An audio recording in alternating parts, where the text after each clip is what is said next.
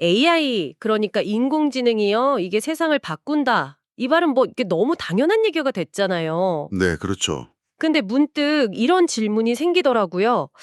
이 거대한 AI 혁명으로 만들어지는 그 모든 가치들이 과연 어디로 흘러가서 쌓이게 될까? 아, 우리 손끝에서 경영하는 애플리케이션일까요?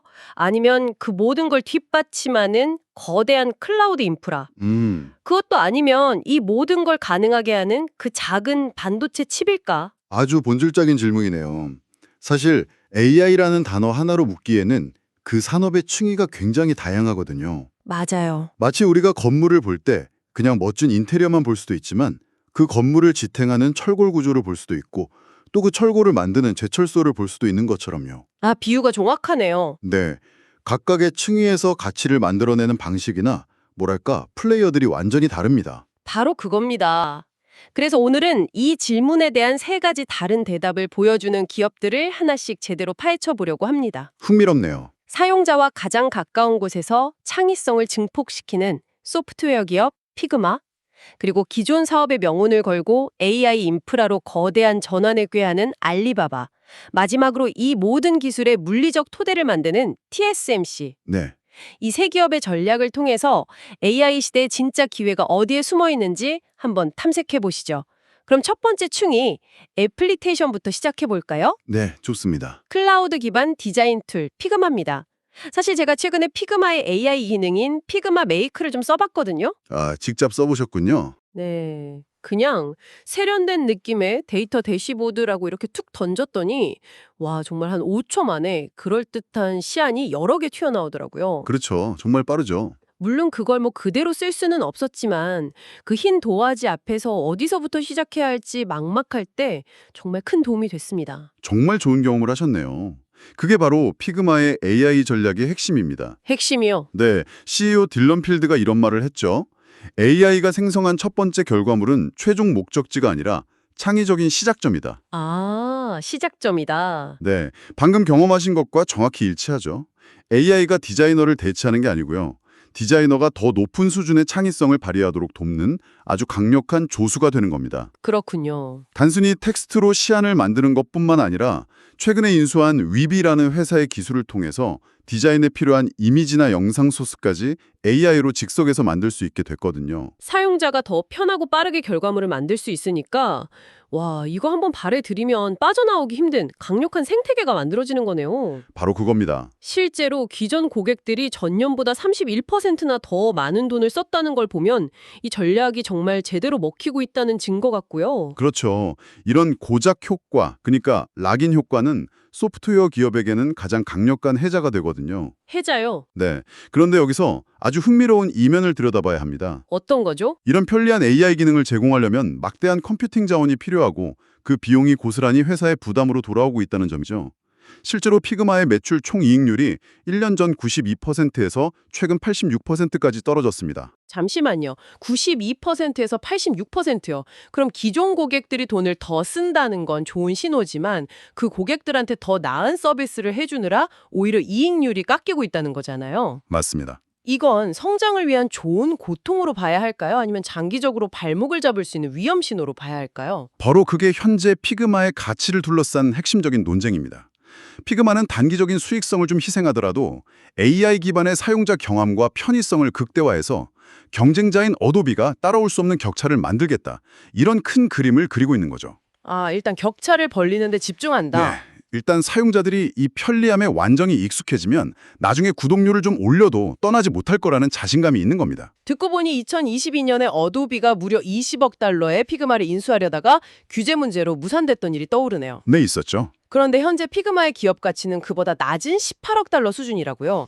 시장은 어도비와의 경쟁 리스크를 더 크게 보는 걸까요? 아니면 지금 말씀하신 피그마의 미래를 위한 투자를 아직 완전히 믿지 못하는 걸까요? 둘 다일 수 있습니다. 시장은 언제나 눈앞의 숫자에 더 민감하게 반응하니까요. 그렇죠. 이익률 하락은 분명 좋은 소식은 아니죠.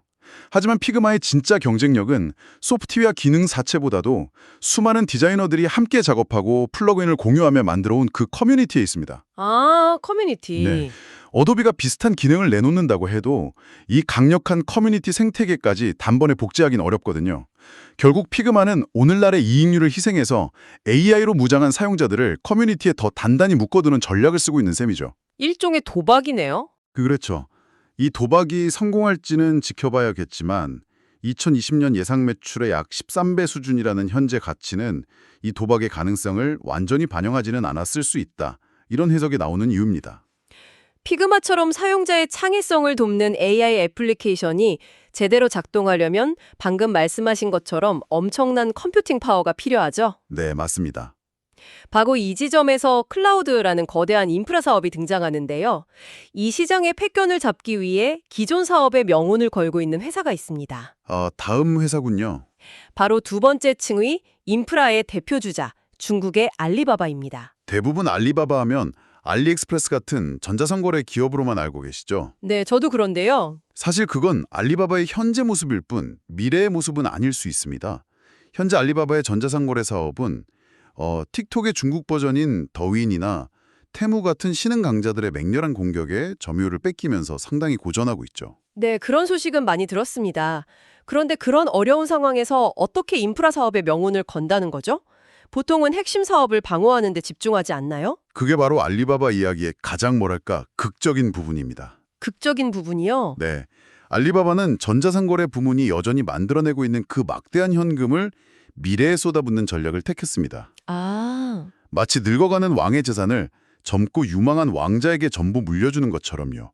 지난 1년간 AI와 클라우드 인프라에 투자한 돈이 무려 17억 달러, 우리 돈으로 20조 원이 넘습니다. 20조 원이요? 와, 정말 엄청난 금액이네요. 하지만 시장에서는 여전히 전자상거래 부진을 더 크게 보는 것 같은데요? 맞아요. 이 투자가 정말로 알리바바의 체질을 바꿀 게임 체인저가 될 수 있다고 보는 근거는 뭔가요? 일시적인 부양책에 그칠 위험은 없을까요? 물론 그 위험도 존재합니다. 하지만 숫자들이 변화의 가능성을 보여주고 있습니다.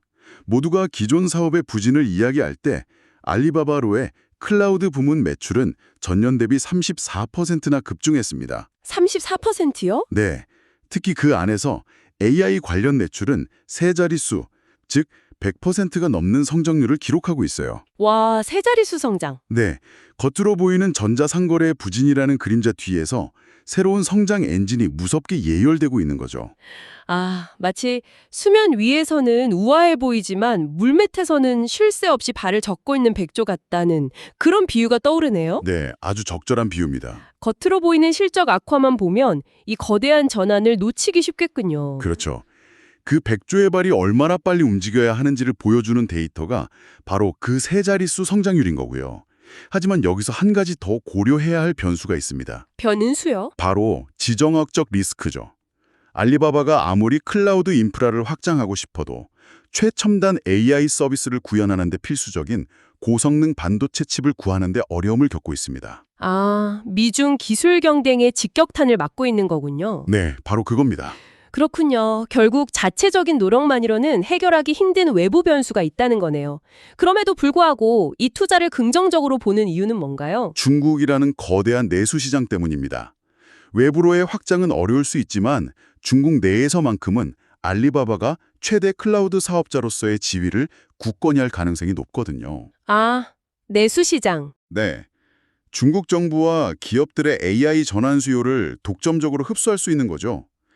현재 알리바바의 기업 가치는 미래 예상 수익 대비 17배 미만으로 평가받고 있는데요. 네. 이건 시장이 전자상거래의 어려움과 지정학적 리스크라는 현재의 문제에만 너무 집중한 나머지 중국 내 클라우드와 AI 시장의 지배자라는 미래의 가능성을 충분히 가격에 반영하지 않고 있다는 신호로 해석될 수 있습니다. 알리바바의 클라우드 인프라 이야기를 하다 보니까 자연스럽게 그 인프라를 움직이는 핵심 부품, 바로 반도체 이야기로 넘어갈 수밖에 없네요. 그렇죠. 미중 갈등의 핵심에도 반도체가 있고요. 네. 이 모든 AI 기술의 가장 근본적인 토대, 즉 하드웨어 층위를 지배하는 기업이 바로 오늘의 마지막 주자, 대만의 TSMC입니다. 네, 피그마가 화려한 애플리케이션을 만들고 알리바바가 거대한 인프라를 구축한다면 TSMC는 그 모든 것을 가능하게 하는 물리적인 기반, 그러니까 곡괭이와 삽을 만드는 회사입니다. 아, 골드러시 시대의 곡괭이와 삽. 맞습니다. 그물 캐는 사람들에게 가장 확실하게 돈을 버는 건 최고의 곡괭이를 파는 사람이죠. TSMC의 시장 지배력은 정말 경이로운 수준입니다. 전 세계 파운드리, 즉 반도체 위탁 생산 시장의 71%를 혼자서 장악하고 있으니까요. 71%. 이 숫자는 진짜 압도적이네요. 단순히 공장을 많이 지어서가 아니라 기술력 차이가 그만큼 크다는 의미겠죠? 물론입니다. 여기서 정말 재미있는 선순환 구조가 만들어지는 것 같아요. 최고의 기술력으로 엔비디아나 애플 같은 최고의 고객사들을 유치하고 그렇죠. 거기서 번 돈으로 다시 연구개발에 투자해서 기술 격차를 더 벌리고 그 결과 더 많은 고객들이 몰려드는 구조 말이죠. 정확합니다. 그 선순환의 고리가 너무나 강력해서 이제는 후발주자들이 따라잡기가 거의 불가능한 수준에 이르렀습니다. 와, 특히 AI 칩 분야의 성장세는 폭발적입니다. 회사 CEO인 CC 웨이가 직접 AI 칩 수요에 대해 숫자들이 비정상적일 정도, The numbers are insane 이라고 표현할 정도니까요. 비정상적일 정도다. 네, 아직 AI 칩이 TSMC 전체 매출에서 차지하는 비중은 크지 않지만 회사는 2025년부터 2029년까지 AI 관련 매출이 연평균 40% 중반대의 무시무시한 성장률을 보일 것으로 예상하고 있습니다. 연평균 40% 중반대 성장이라니 정말 놀랍네요. 그런데 TSMC의 독점적 지위가 가장 잘 드러나는 부분은 따로 있는 것 같습니다. 어떤 부분일까요? 바로 가격 결정력인데요. 아니 보통 기술이 발전하면 가격이 싸지기 마련인데 TSMC는 최신 2나노 공정 칩의 가격을 10%에서 20% 인상하는 동시에 심지어 구형 기술의 가격까지 올리고 있다고요. 네, 맞습니다. 이건 대체 어떻게 가능한 일인가요? 그게 바로 대체 불가능성의 힘입니다. 고객사 입장에서는 TSMC가 가격을 올려도 뭐랄까 울며 겨자 먹기로 쓸 수밖에 없는 상황인 거죠. 아, 다른 대안이 없으니까. 네, 다른 곳에서는 그만한 품질의 칩을 제때 공급받을 수가 없으니까요. 이런 강력한 가격 결정력 덕분에 TSMC는 매년 수십조 원의 막대한 설비 투자를 하면서도 안정적이고 높은 이익률을 유지할 수 있는 겁니다. 하지만 이런 TSMC에게도 아킬레스건은 있지 않습니까? 바로 대만이라는 지정학적 위치에 생산시설이 너무 집중되어 있다는 점이요. 맞습니다. 그게 TSMC의 가장 큰, 어쩌면 유일한 리스크라고 할 수 있죠. 그렇죠. 회사도 이 문제를 잘 알고 있기 때문에 최근 미국 애리조나나 일본 구마모토 같은 곳에 새로운 공장을 지으면서 생산 기지를 다변화하려는 노력을 하고 있습니다.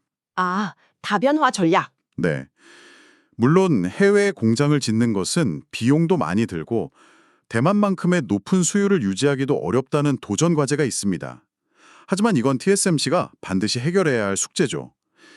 미래 이익 대비 주가 수준이 25배로 평가받고 있는데 연 20%가 넘는 순이익 성장을 고려하면 지정학적 리스크를 감안하더라도 여전히 매력적인 수준이다. 이런 분석이 나오는 이유입니다.